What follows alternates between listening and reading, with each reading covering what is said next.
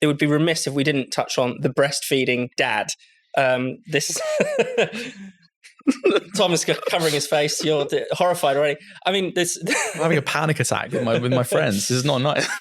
So we learned about the breastfeeding dad essentially last week during a news package by ITV. They were showing us a struggling, what they called a struggling mother. Mm-hmm. Some people spotted a breast pump in one of the cutaways. Mm-hmm. And since then, this man, who is a former Labour advisor, Mika Minio-Paluello, has posted an image of himself with an infant at his breast suckling on his teat.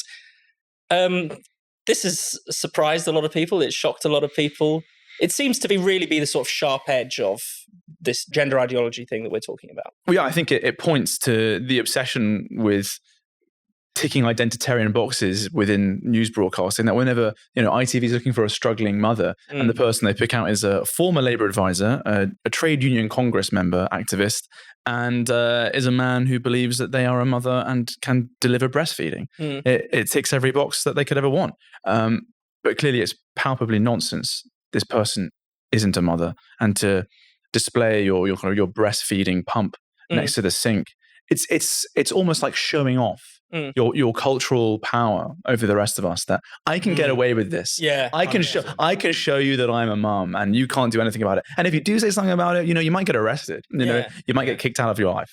Yeah, it's a provocation. It feels like that anyway. It was the perfect example, as you were just saying, Charlie, of how this is settled in the debate about who starts the culture war, who provokes, who is gaslighting people. It was fascinating to see that clip went out.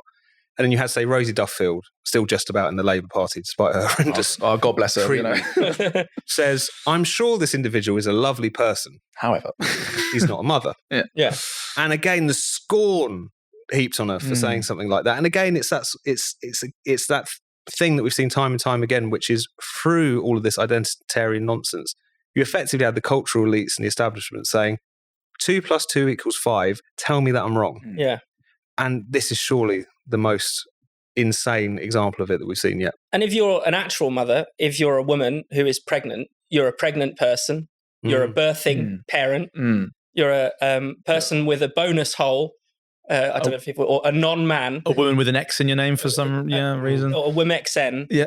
But if you're a man, you can be a mother. Yeah. You can be a woman. Yeah. Stay of the world, I suppose. It gives you enormous amounts of faith. And this bending of reality, I think it certainly harks back to what we spoke about earlier about the affirmative action discussion, actually. This focus on identity over class, instead of focusing really on struggling mothers, instead of focusing on this purely economic struggle that is afflicting millions of families across the country, people in the establishment in the news, instead the focus is on scoring a cultural point, scoring an identity-based point. No, this actually really matters. People are suffering.